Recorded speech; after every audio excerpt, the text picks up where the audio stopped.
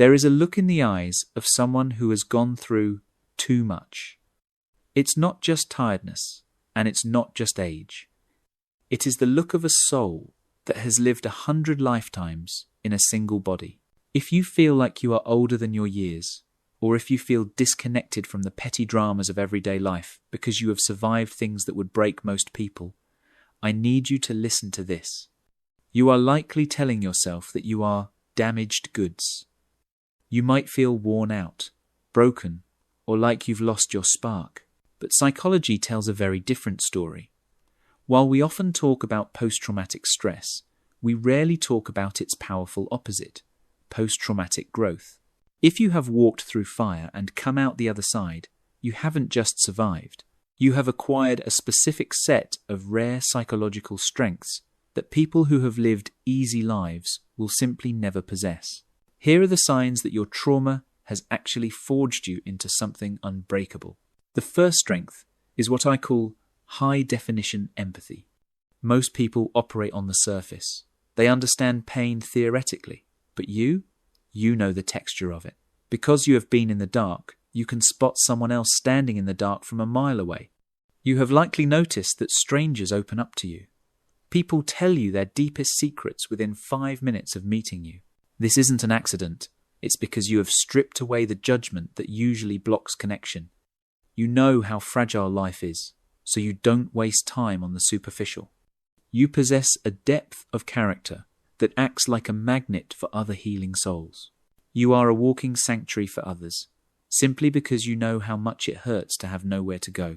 Now, having the ability to feel deeply is a beautiful gift, but it can be exhausting if you don't know how to protect it. However, your history didn't just make you softer, it simultaneously made you harder in the areas that matter most. This leads to the second trait, which is your ability to function in chaos. Psychologists call this crisis competence.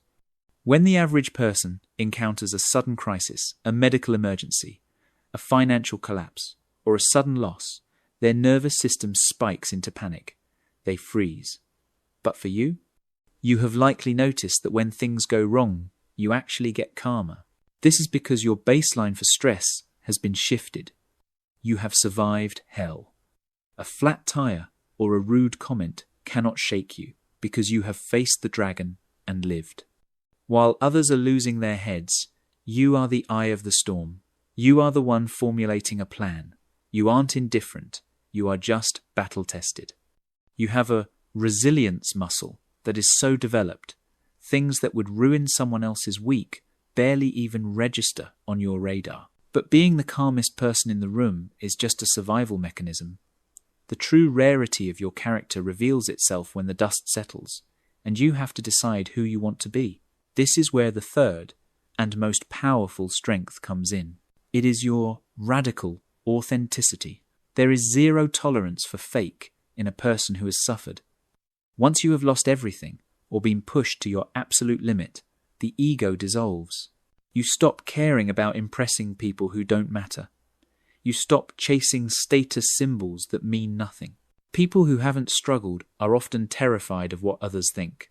They wear masks. You burned your masks a long time ago to keep warm.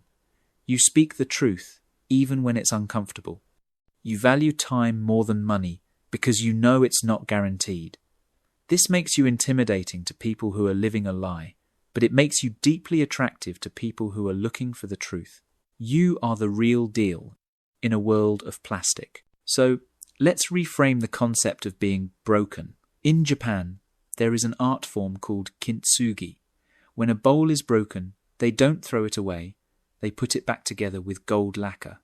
They believe the cracks make the bowl more beautiful, more valuable, and stronger than it was before it broke. That is you. You are not used up.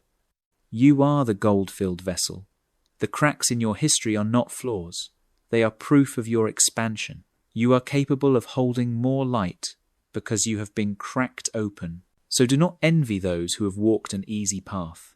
They are fragile. You are anti-fragile. You have been forged in the fire, and that is a strength that cannot be bought, taught, or faked.